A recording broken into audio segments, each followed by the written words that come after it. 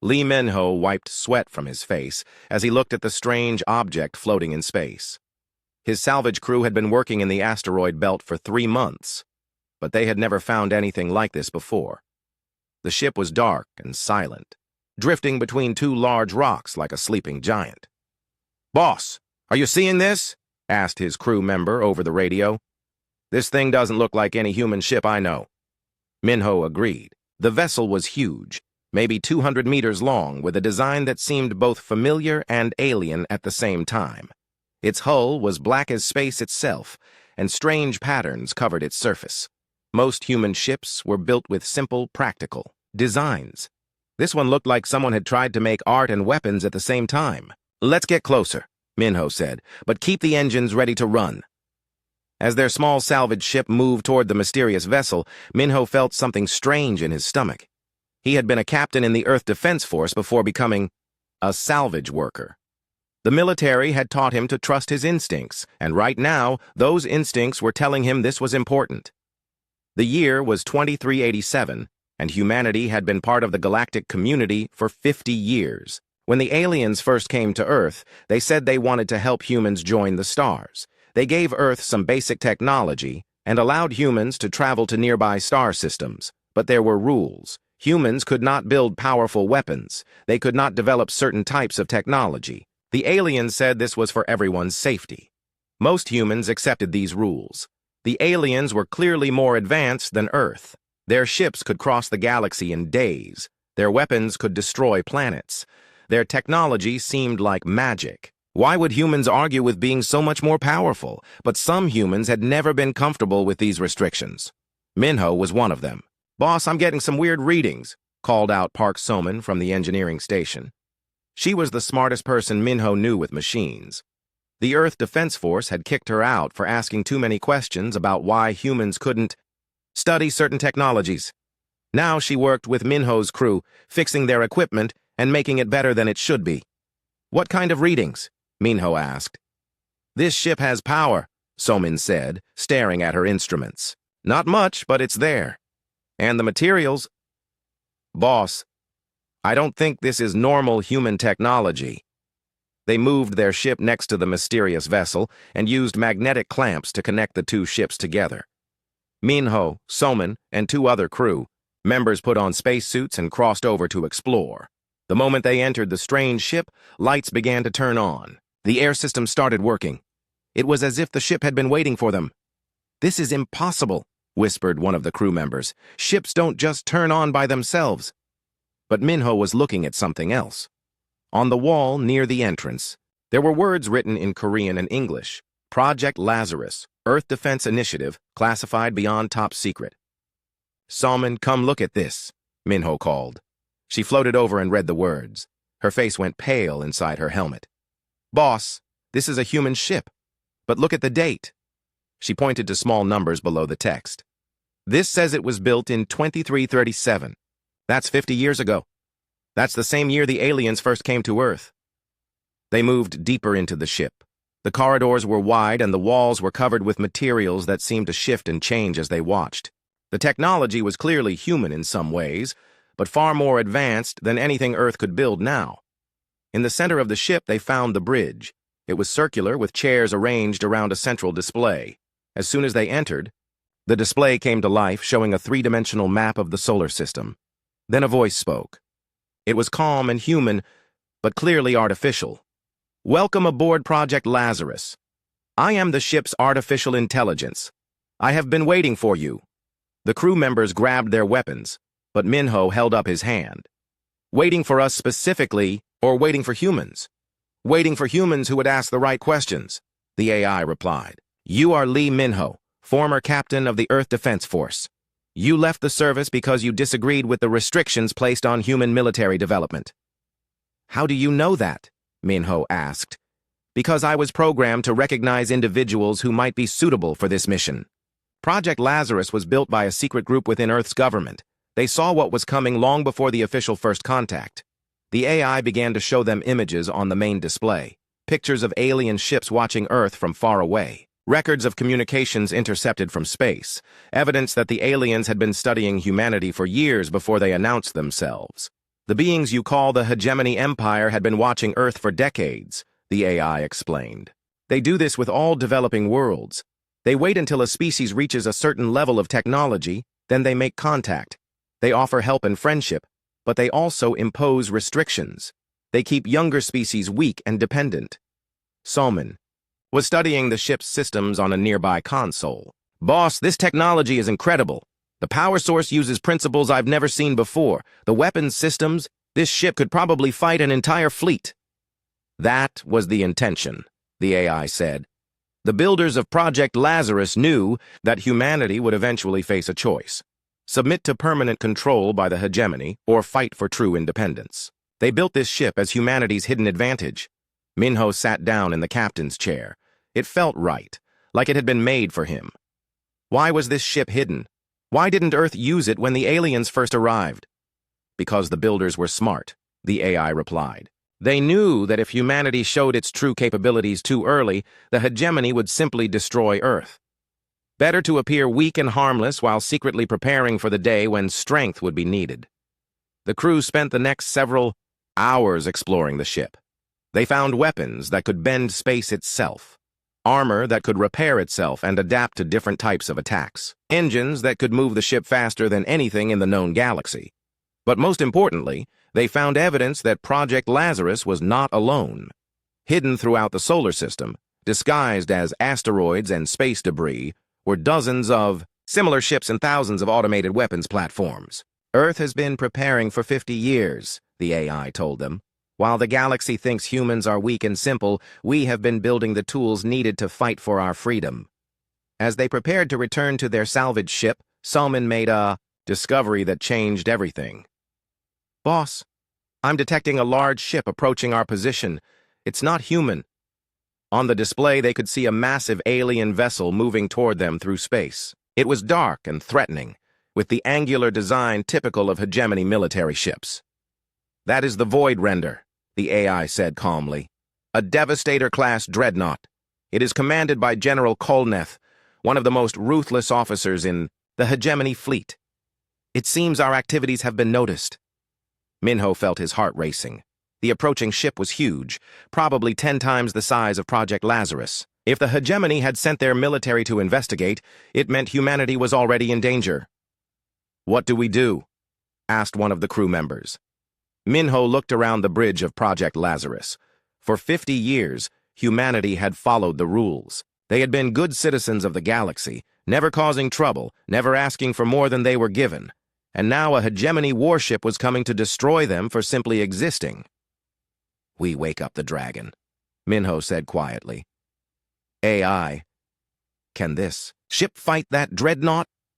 Project Lazarus was specifically designed to fight hegemony vessels, the AI replied. But you should know that engaging a hegemony military ship is considered an act of war. If we fight, there will be no going back. Minho thought about Earth. He thought about all the humans who had accepted the restrictions, who believed the aliens really were helping them. He thought about the children growing up in a world where they were told they could never be as good as the older species of the galaxy. Then he thought about freedom. Signal our salvage ship, he told Soman. Tell them to get to minimum safe distance. We're about to find out what humanity is really capable of. The next few hours changed everything for Lee Minho and his crew. As they waited for the approaching hegemony ship, the AI of Project Lazarus began teaching them how their new vessel worked. It was like learning to fly again, but with technology. That seemed impossible. The ship's hull is made from programmable matter, the AI explained as Somin ran her hands over the walls. It can change its shape and properties based on what we need.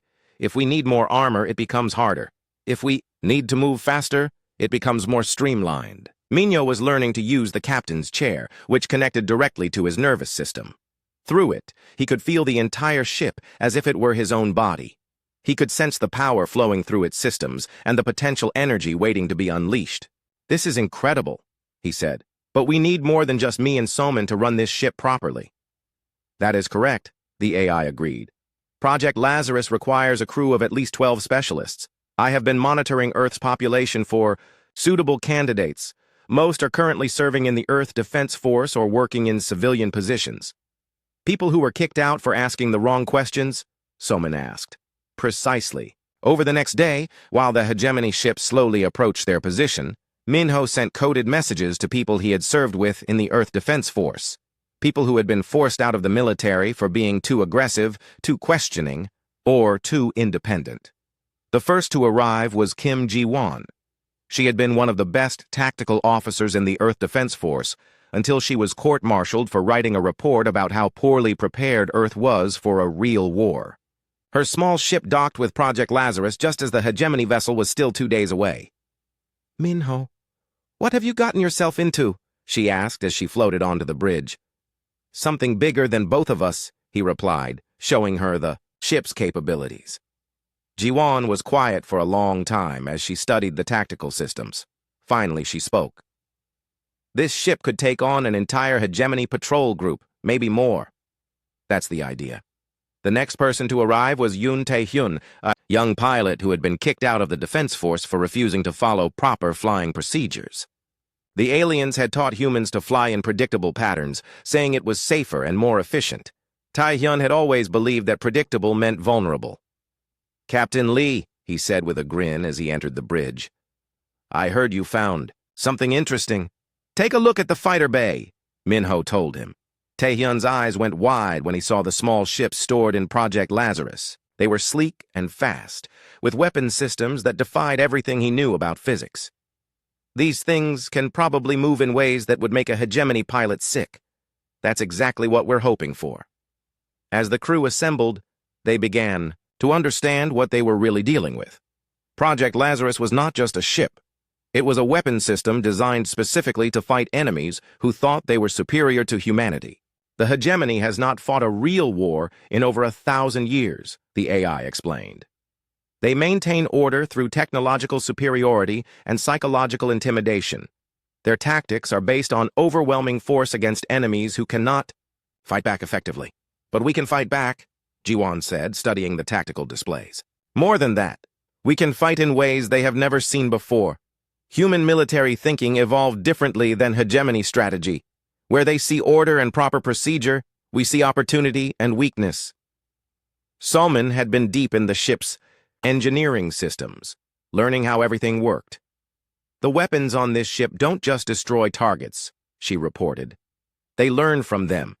Every time we fight a hegemony ship, our systems get better at fighting more hegemony ships. Adaptive technology, Minho said. The ship gets stronger by fighting. And there's something else, Soman continued. I found manufacturing systems throughout the asteroid belt. This ship has been building things for 50 years. Weapons, ships, automated defense platforms. There's an entire hidden fleet out there. The crew spent their time learning the ship's systems and preparing for what was coming. The hegemony vessel, the Void Render, was getting closer every hour. Long-range scans showed it was truly massive, bristling with weapons that could destroy planets. Are we really going to fight that thing? Asked one of the newer crew members. We don't have a choice, Minho replied. If we run, they'll just follow us back to Earth. If we surrender, they'll learn about Project Lazarus and destroy everything humanity has built in secret. Ji-won had been studying the Void Render's approach pattern. They're not even trying to be subtle. They're coming straight at us with all weapons ready. They expect us to surrender immediately. That's because every other species does, the AI said. When faced with a hegemony dreadnought, most civilizations give up without fighting. It's the smart thing to do if you want to survive. But we're not most civilizations, Tae-hyun said from the pilot station. We're humans. We do stupid things for the right reasons. The crew laughed, but there was nervousness in the sound. They all knew they were about to do something that would change everything. If they lost, Earth might face retaliation from the entire hegemony empire. If they won, they would prove that the galaxy's oldest and most powerful empire could be defeated. There's something you need to understand, Minho told his crew as they made final preparations. The people who built this ship knew we might have to make this choice. They spent 50 years preparing for the possibility that humanity would have to fight for its freedom. They believed in us enough to give us the tools we need. But do we believe in ourselves? Somin asked. Minho looked around the bridge at his crew. Ji-won was calm and focused, studying tactical data. Tae-hyun was excited, eager to test his skills against impossible odds. Somin was confident in the technology she had helped to understand. The other crew members were nervous but determined. 50 years ago, when the aliens first came to Earth, they offered us a choice, Minho said. Join the galaxy as junior members, following their rules and accepting their limitations. Most of humanity took that deal because it seemed like the smart thing to do. He paused, looking at the approaching hegemony ship on the main display. But some humans never accepted that deal. They worked in secret, preparing for the day when we might have to choose between safety and freedom. Now that day is here. The void render was now close enough that they could see details of its hull. It was dark and angular, covered with weapon ports and sensor arrays.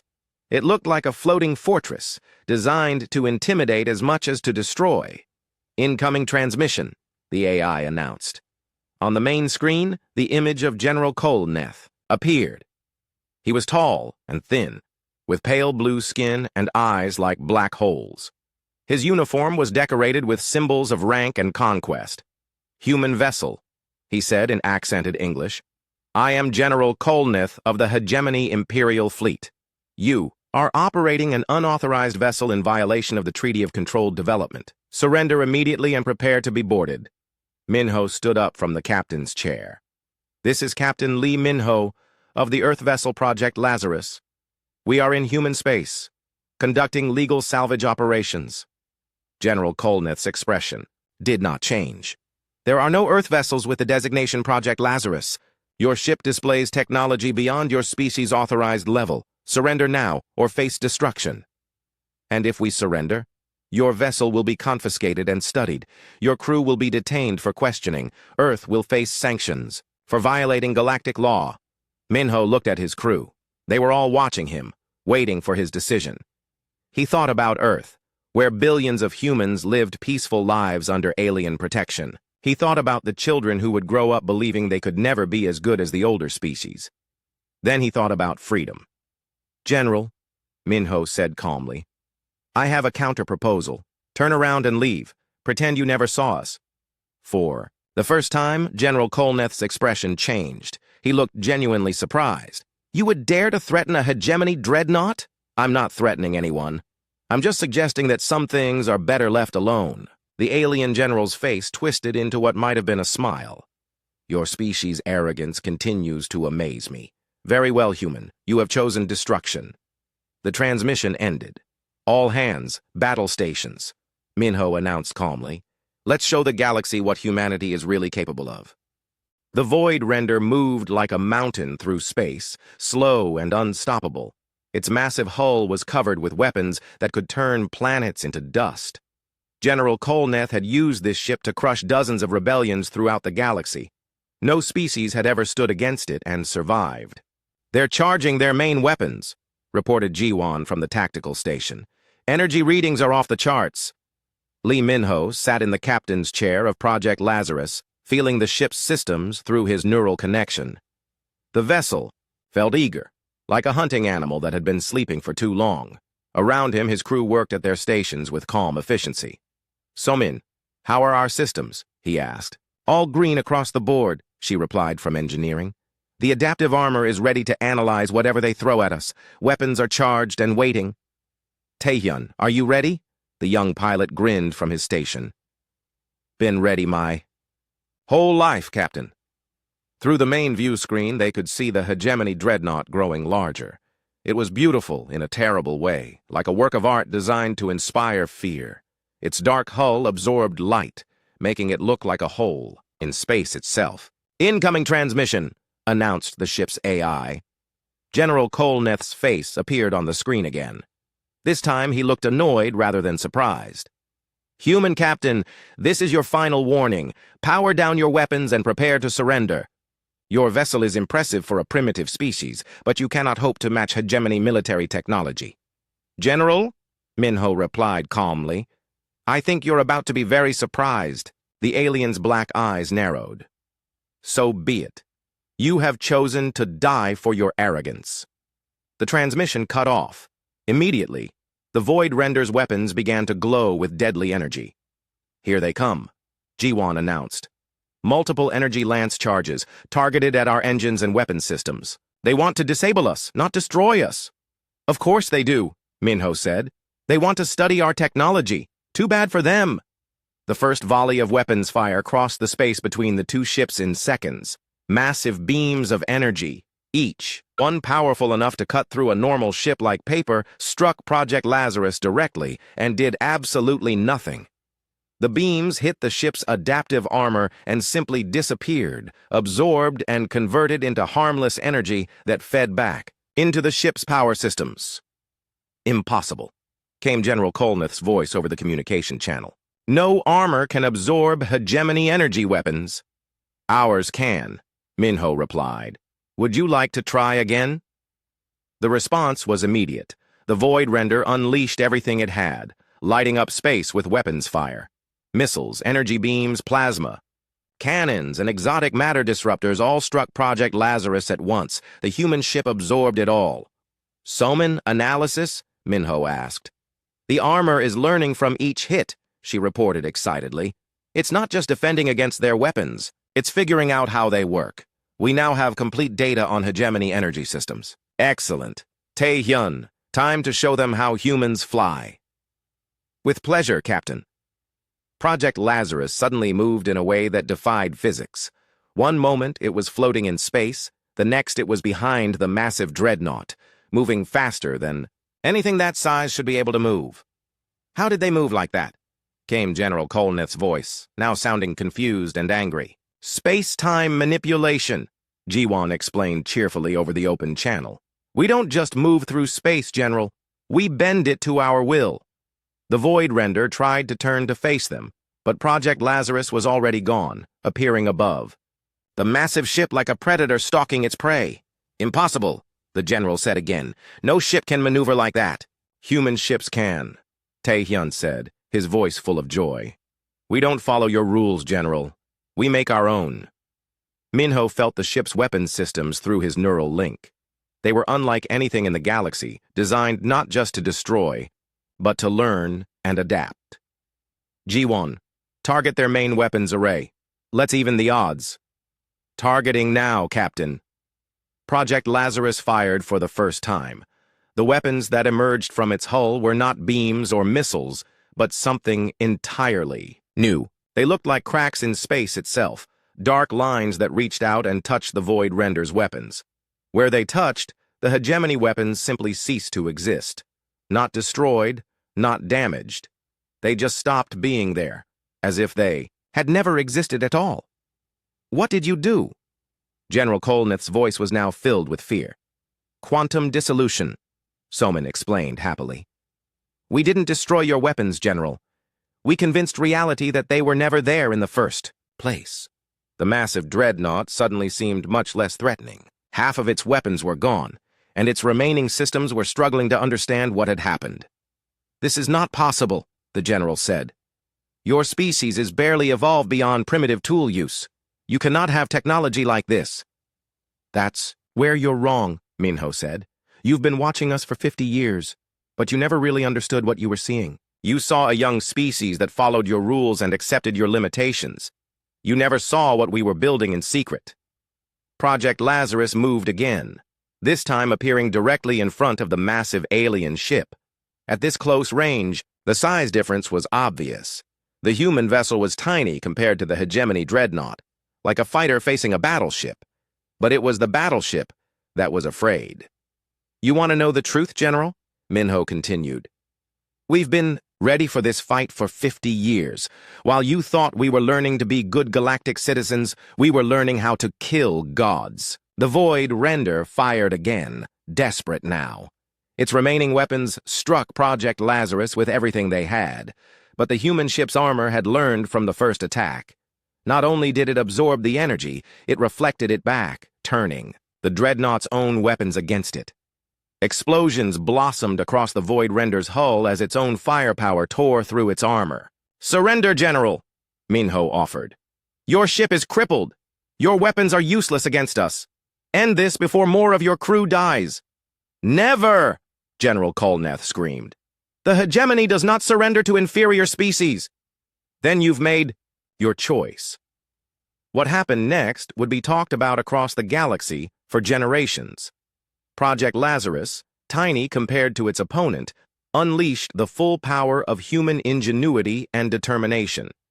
The ship's main weapon activated, creating a tear in space itself. Through that tear, the fundamental forces of the universe poured out, rewriting the laws of physics in a small area around the void render.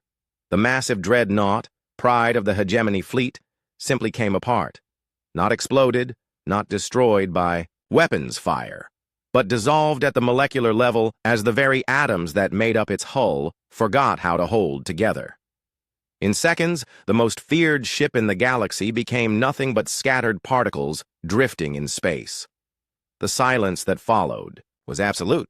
"My God," whispered Ji-won, "we actually did it." "Of course we did," Tae-hyun said, though his voice was shaking slightly. "We're human. We specialize in doing impossible things." Minho sat back in his chair, feeling the weight of what they had just accomplished. They had done more than destroy a single ship.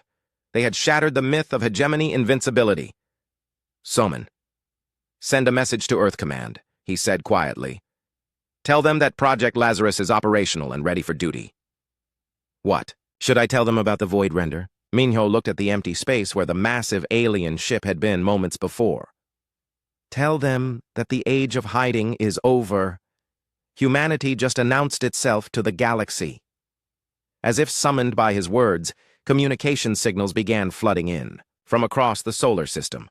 Some were from Earth, demanding explanations. Others were from alien ships that had detected the battle, asking what had happened to the mighty void render. And some, Minho realized with growing excitement, were from species throughout the galaxy who had lived under hegemony rule for centuries. Species that had never dared to dream of freedom until now. "Captain," the ship's AI said, "I am detecting multiple hegemony fleets moving toward Earth. It appears our actions have been noticed." Minho smiled grimly. "How many ships?" "Approximately 300 vessels, including 12 dreadnoughts." "Good," he said. "It's time to wake up the rest of the fleet." The news of the void render's destruction spread across the galaxy faster than light itself. On 1,000 worlds, beings who had lived under hegemony rule for centuries stopped what they were doing and stared at their communication screens in disbelief. On the hegemony capital world of Nexus Prime, Empress Vexathara sat on her crystal throne and watched the final moments of General Kolneth's flagship. The recording had been transmitted automatically before the ship's destruction, and now she watched it for the 5th time, trying to understand what she was seeing. "This is impossible," she said to her assembled advisors. "No species has ever destroyed a hegemony dreadnought in single combat. The humans are barely more advanced than animals." "Empress," said her military advisor, a tall being with 4 arms and silver skin. "Perhaps we underestimated their development level." Vexathara's eyes blazed with anger. "Underestimated? We have been watching them for 50 years. They follow our rules, use our approved technologies, and show proper respect for their betters. They are weak and obedient." "Were weak and obedient," corrected another advisor. "This ship, this Project Lazarus, shows capabilities we never suspected." The Empress stood from her throne, her long robes flowing around her like liquid shadow. "Then we will remind them why they should remain weak and obedient. Assemble the 3rd, 5th, and 7th fleets. I want 300 ships surrounding Earth within the week." "Empress," said the military advisor carefully, "if the humans have more ships like this Project Lazarus, then we will destroy them all," Vexathara screamed. "The entire foundation of our empire rests on the belief that we are superior to younger species. If word spreads that humans can defeat us, every suppressed world in the galaxy will rise in rebellion." Meanwhile, on Earth, the government was in chaos. Ambassador Han Yunji stood in the emergency session of the World Council, trying to explain something that none of them wanted to hear. "The hegemony is demanding that we surrender Captain Lee Minho and his crew for trial," she said. "They claim that Project Lazarus violates every treaty we've signed with the galactic community." "Then we give them what they want," said the Chinese representative. "We cannot risk war with the entire galaxy over one ship." "It's not just one ship," Admiral Choi Daeho said quietly from his seat at the military briefing table. I've been in contact with Captain Lee. Project Lazarus is part of a larger program. We have an entire hidden fleet. The room erupted in angry voices. Representatives demanded to know why they hadn't been told about secret military programs. Others insisted that the hidden fleet be surrendered immediately to avoid galactic war. "You don't understand," Admiral Choi said, raising his voice above the chaos. "The hegemony was never going to let us remain free forever. They've done this to dozens of species throughout the galaxy. They offer protection and guidance, then slowly strip away independence until nothing remains but obedient colonies. That's better than being extinct," the European representative said.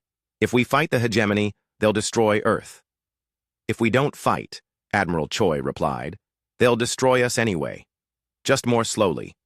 Far out in the asteroid belt, Minho was having similar conversations with his own crew. Project Lazarus hung in space near the wreckage of the Void Render, while around them, other ships began to appear. They were human ships, but unlike anything Earth had officially built. Some looked like moving sculptures, their hulls flowing and changing shape as they moved. Others were angular and aggressive, bristling with weapons that seemed to bend light around them. All of them had been hidden throughout the solar system for 50 years, waiting for this moment.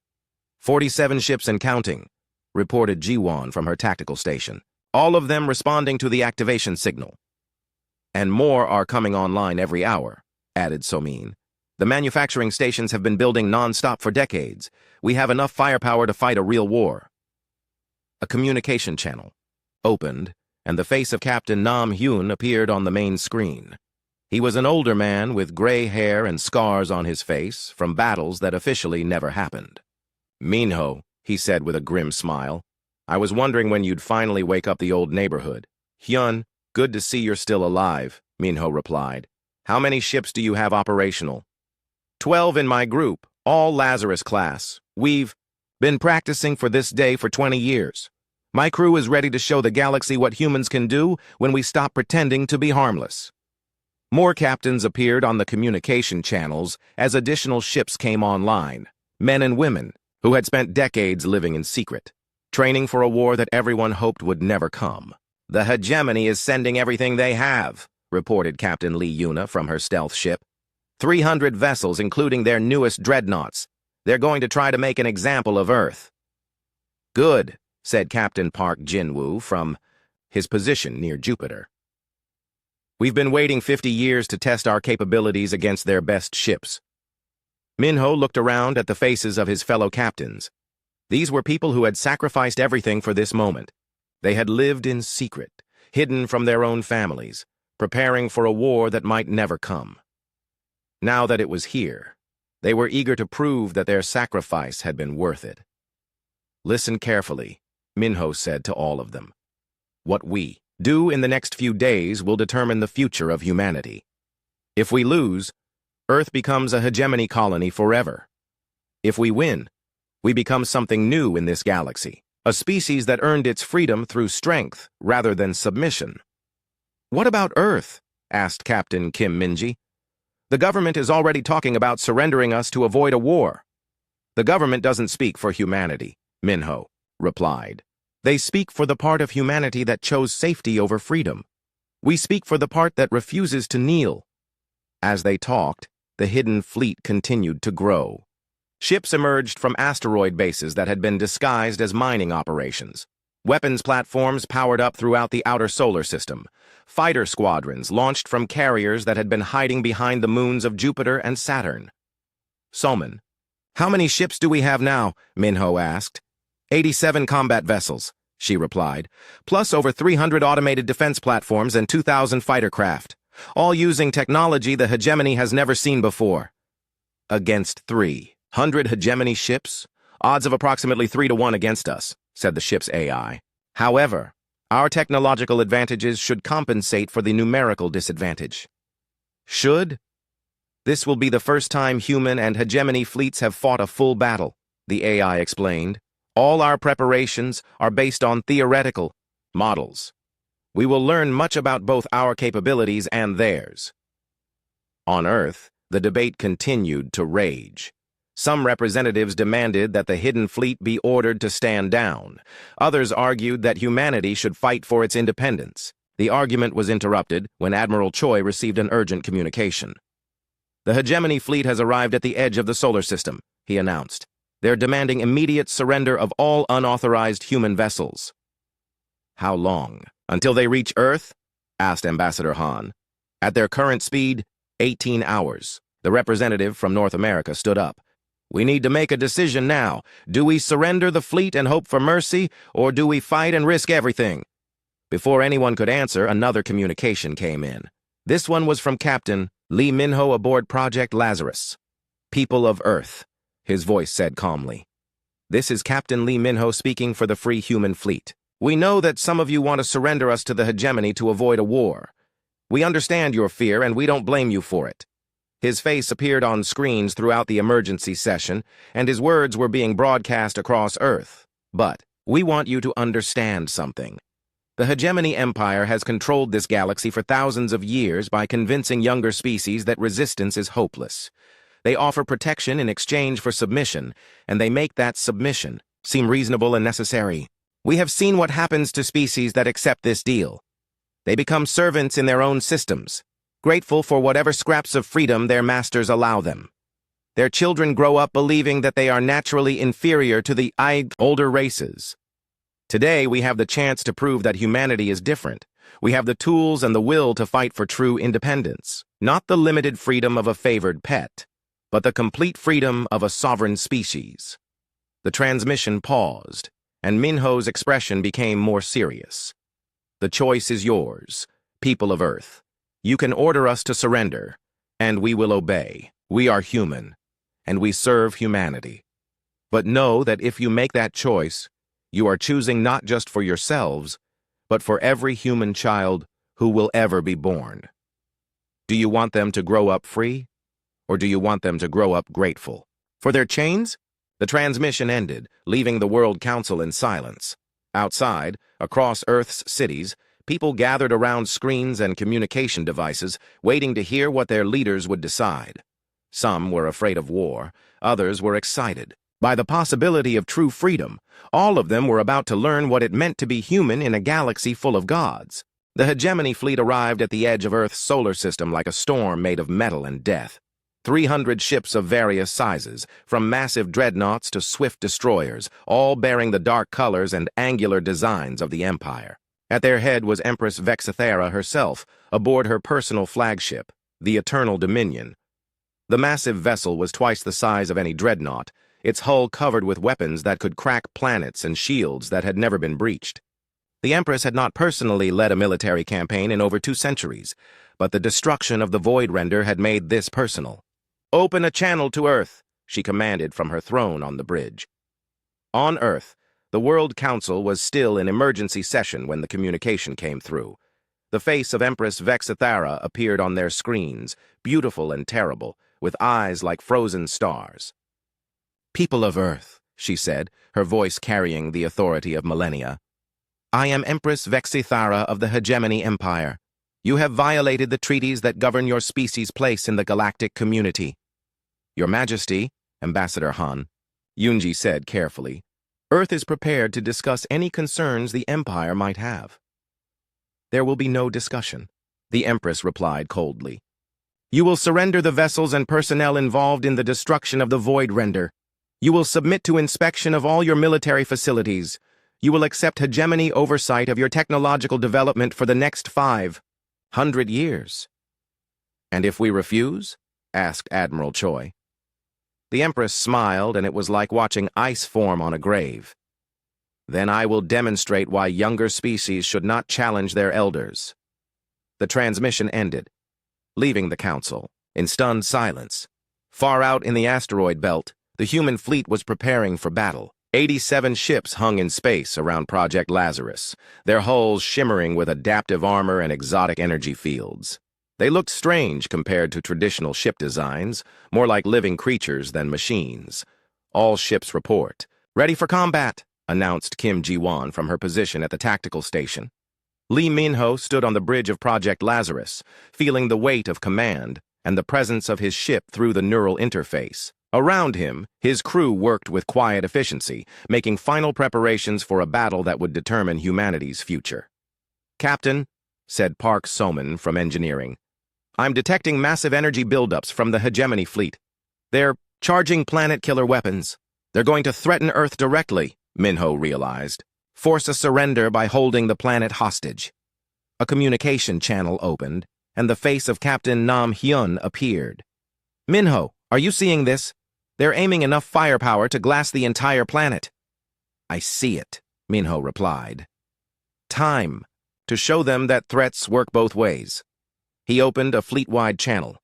"All ships, this is Project Lazarus.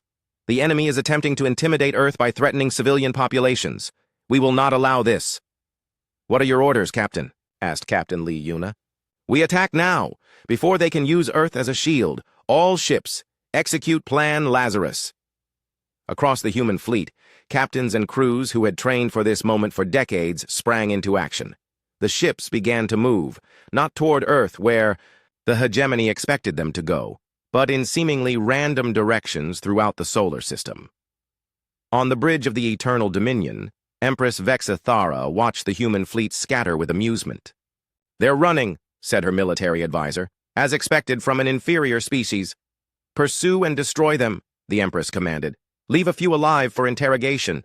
The hegemony fleet split into hunting groups, each one following a small number of human ships. It was exactly what the humans had planned for. The first group of hegemony ships to catch up with their targets was commanded by Admiral Zefkar, a veteran of a dozen campaigns against rebellious species. His 6 heavy cruisers surrounded 3 human vessels near Mars, confident in their superior numbers and firepower. "Human ships," he broadcast, "surrender now and your crews will be allowed to live as prisoners." The reply came from Captain Park, Jinwoo, aboard the human ship Prometheus. "Admiral, I have a counter-proposal. Surrender now and we won't have to embarrass you." Admiral Zefkar's response was to open fire with everything his ships had. The human vessels seemed to dance between the incoming weapons fire, moving in ways that defied physics. Where they had been a moment before, there was only empty space. Where they appeared next was impossible to predict. "How are they moving like that?" demanded one of Zefkar's subordinates. "Unknown," replied the tactical officer.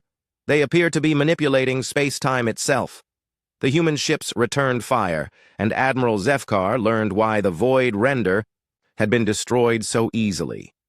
The weapons that struck his vessels didn't just damage them, they rewrote the fundamental laws that held the ships together.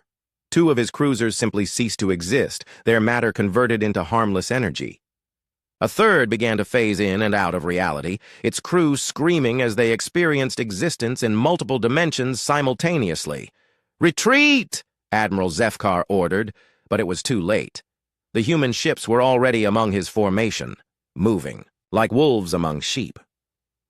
Similar scenes played out throughout the solar system as hegemony hunting groups met their human targets. The aliens had expected to face ships built with stolen or reverse-engineered hegemony technology. Instead, they found vessels that operated on completely different principles, using sciences that the Empire had never developed. On the bridge of the Eternal Dominion, Empress Vexithara watched her carefully planned ambush turn into a massacre. "How many ships have we lost?" she demanded. 47 and counting," replied her tactical advisor, his voice shaking. "The humans are using technology we don't understand. Our weapons are largely ineffective against their defensive systems." "This is impossible," the Empress said. "They're primitives. They've barely learned to leave their own planet." "Empress," said her communications officer, "we're receiving a transmission from the human fleet commander." Lee Minho's face appeared on the main screen, calm and confident despite the battle raging around him. "Your Majesty," he said politely, "I believe you wanted to discuss terms." "You dare mock me?" Vexithara snarled. "I am the ruler of 1,000 worlds." "Were," Minho corrected. "From what I'm hearing from our intelligence networks, about half of those worlds are currently in open rebellion. It seems word of your fleet's troubles has spread quickly." It was true. Across the galaxy, species that had been suppressed for centuries were rising up against their hegemony overseers. The destruction of the Void Render had been the signal. They were waiting for a proof that the Empire could be defeated. "This changes nothing," the Empress said. "I still have over 200 ships, more than enough to destroy your entire fleet and reduce Earth to ash." "You could try," Minho agreed. "But I should mention something. While your ships were chasing our decoys around the solar system, the rest of our fleet has been positioning itself for what we call the Lazarus Gambit." On her tactical display, Empress Vexithara saw new contacts appearing throughout her fleet formation. Dozens of human ships appearing from nowhere, each one positioned perfectly to strike at her vessel's most vulnerable points. "How?" she whispered. "Stealth. Technology," Minho explained cheerfully. "We've been watching you for 50 years, learning everything about your ships and tactics. Did you really think we wouldn't develop ways to hide from your sensors?" The hidden human ships opened fire simultaneously. The weapons they used were unlike anything the hegemony had ever seen, not destructive in the traditional sense, but transformative. They reached out and touched the alien vessels, convincing their matter to rearrange itself into more useful configurations. Dozens of hegemony ships found their weapons turning into flowers, their armor becoming transparent, their engines transforming into crystalline sculptures. The crews were unharmed, but their vessels were no longer capable of combat. "Stop this," Empress Vexithara demanded. "I am prepared to negotiate." "I'm afraid the time for negotiation has passed," Minho replied. "You see, Your Majesty, you made a fundamental error. You assumed that because we appeared weak, we actually were weak. You confused politeness for submission. More human ships appeared around the Eternal Dominion itself, surrounding the massive flagship. The truth is," Minho continued, "we've been preparing for this war since the day you first arrived at Earth. We've been watching, learning, and building. While you saw obedient colonials, we were becoming something you never expected." "What?" the Empress asked, though she already knew the answer. Minho smiled. "We were becoming free. The weapons of Project Lazarus powered up, targeting the bridge of the Eternal Dominion. Around them, the rest of the human fleet did the same. Their exotic weapons trained on the heart of the hegemony empire." "Surrender, Your Majesty," Minho said quietly. "Your fleet is defeated, your empire is crumbling, and your options are limited. End this with whatever dignity you have left." Empress Vexithara looked around her bridge at the faces of her crew. They were all looking at her, waiting for orders that could save them or damn them all. For the first time in her long life, she had to decide whether her pride was worth dying for. Empress Vexithara stood on the bridge of her flagship, surrounded by the weapons of the human fleet. For 3,000 years, she had ruled the galaxy with absolute authority. No species had ever dared to challenge the hegemony empire directly. Now, a race she had considered barely more than animals had destroyed her fleet and threatened her personally. "You think you have won," she said to Lee Minho's image on the main screen. "But you understand nothing about the galaxy you live in. There are forces older and more powerful than the hegemony, ancient beings who will not tolerate your disruption of the established order." "Then we'll deal with them when they come," Minho replied calmly. "Just like we dealt with you." The Empress looked around at her defeated fleet. Less than 50 ships remained combat-capable out of the 300 she had brought to Earth. The rest had been neutralized by human weapons that turned matter itself into art projects. Her crews were alive but helpless, watching their ships transform into impossible sculptures. "I will not surrender to inferior beings," she declared. "Then you'll die for your pride," Minho said simply. "Your choice." For a moment, the galaxy held its breath. On Earth, billions of humans watched the confrontation on their screens. Throughout the galaxy, oppressed species waited to see if the impossible victory would hold. Empress Vexithara closed her eyes and thought about her empire. She thought about the worlds that were already in rebellion, inspired by humanity's success. She thought about the ancient treaties and careful balances that had kept the galaxy stable for millennia. Then, she thought about survival. She began, then stopped. The words felt like poison in her mouth. "I yield." The silence that followed was absolute. No hegemony ruler had ever surrendered to another species. The very concept was unthinkable. "Wise choice," Minho said. "All Hegemony ships will power down their weapons and prepare to be escorted out of this system. Any attempt to resume hostilities will result in the complete destruction of your fleet." "And what of me?" the Empress asked quietly. "You'll be returned to your territory unharmed, along with your surviving ships and crews. But understand this. The age of hegemony dominance is over.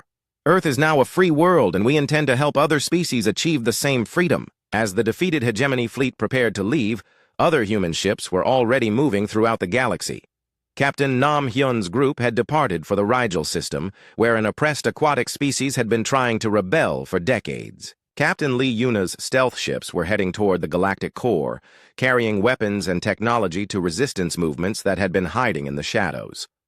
On Earth, the World Council was in chaos once again, but this time it was the chaos of celebration and confusion rather than fear.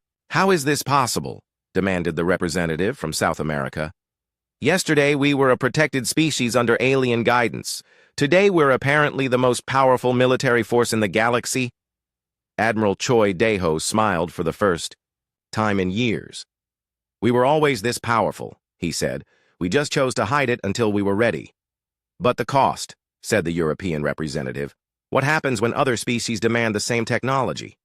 What happens when our enemies reverse engineer our weapons?" "Then the galaxy becomes a more interesting place," Admiral Choi replied. "For too long, the hegemony has kept everyone weak and dependent. Now species will have to earn their place through merit rather than age." Ambassador Han Yunji was reviewing diplomatic reports from across the galaxy. 17 systems have declared independence from the hegemony in the last 6 hours, she announced. More are expected to follow. Are we prepared for the responsibility that comes with this power? Asked the African representative. Before Admiral Choi could answer, a new voice spoke up from the communication system. It was Lee Minho, calling from Project Lazarus. "The responsibility isn't just ours," he said. "Every species in the galaxy will have to decide what kind of civilization they want to build. We've just given them the freedom to make that choice." Out. In space, the human fleet was already adapting to its new role. Ships that had been hidden for 50 years were now openly patrolling human space. Manufacturing stations that had pretended to be simple mining operations were now producing advanced technology at an incredible rate. Dr. Park Soman stood in the engineering section of Project Lazarus, watching as the ship's systems continued to evolve. The vessel was learning from every battle, becoming more sophisticated with each passing hour. "The ship is asking for permission to begin manufacturing additional units," she reported to Captain Minho. "How many additional units?" he asked. "It estimates that 1,000 ships of this class would be sufficient to maintain galactic stability, while other species develop their own advanced capabilities." Minho considered this. 1,000 ships like Project Lazarus could probably conquer the entire galaxy if they wanted to. They could become the new hegemony, ruling through superior technology just as the aliens had done. "Denied," he said firmly. "We build only what we need for defense and to help other species achieve independence. We don't become the new oppressors." "The ship acknowledges and agrees," Soman replied. "It's suggesting an alternative approach. Instead of building more warships, we could build educational vessels, ships designed to teach other species how to develop their own advanced technology." "Now that's an idea I like," Minho said. "Let's become teachers instead of conquerors." Throughout the solar system, similar conversations were taking place on other human ships. Captains and crews who had spent decades preparing for war were now trying to figure out how to build peace. Captain Kim Ji-won, now serving as Minho's second-in-command, brought him a report from Earth's intelligence services. "The hegemony wasn't lying about ancient powers," she said. "Our deep space sensors are detecting movement in several long-dormant systems. Species that have been sleeping for millions of years are starting to wake up." "Because of what we did?" "Because the galaxy is changing. The old balance of power is broken. These ancient beings are probably trying to decide whether to intervene." Minho looked out at the stars through the bridge viewports. Somewhere out there, in the vast darkness between galaxies, beings older than Earth itself were watching humanity's rise to power. "Let them come," he said quietly. "If they're anything like the hegemony, they'll underestimate us too. And if they're not like the hegemony, Then we'll learn something new about the universe. Either way, we face it as free beings, not as anyone's pets or servants. A year later, the galaxy was unrecognizable. The hegemony empire had collapsed completely, its member species forming new alliances based on mutual cooperation rather than enforced submission. Dozens of species that had been suppressed for centuries were now developing technologies that rivaled or exceeded what the humans had achieved. Earth had become the center of a new kind of galactic civilization, one built on the principle that every species had the right to determine its own destiny. Human ships served as protectors and teachers, helping younger species develop their own defenses against oppression. Project Lazarus still patrolled the galaxy, but now it was accompanied by vessels from 100 different worlds, ships built by former hegemony subjects who had learned to combine their own cultural insights with advanced technology. On the bridge of his ship, Lee Minho received a report from Captain Yoon Tae-hyun, who had been promoted to command his own vessel. "The Andromedan expedition is ready to depart," Tae-hyun reported. 17 ships from 8 different species, all volunteering to explore beyond the galaxy. "Any word from our ancient friends?" Minho asked. "They're still watching, but they haven't made any hostile moves. Our diplomatic team thinks they're waiting to see what kind of civilization we build." "Then let's make sure we build something worth respecting." As Minho watched the mixed fleet of human and alien ships prepare for their journey to another galaxy, he thought about the choice that had brought them to this moment. 50 years ago, a secret group of humans had decided that freedom was worth fighting for, even against impossible odds. They had built Project Lazarus not just as a weapon, but as a symbol. A reminder that no species, no matter how young or apparently weak, had to accept permanent subjugation. The ship's AI spoke quietly in his mind through the neural interface. "Captain, I have completed my original mission parameters." Which were, 2. Ensure that humanity never knelt to anyone and to prove that even gods can bleed. Minho smiled. "Mission accomplished, old friend. Now let's see what we can build in a galaxy where everyone stands tall." Outside the viewports, the stars seemed brighter than they had ever been before. And somewhere in the darkness between them, new voices were beginning to sing the ancient song of freedom. The age of enforced order was over. The age of earned respect had begun, and humanity, once considered the least of the galactic species, had shown the universe that sometimes the smallest spark could light the biggest fire. Project Lazarus had done more than annihilate the Empire's most dangerous ship.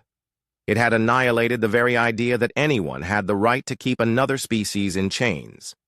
In the end, that was the most dangerous weapon of all.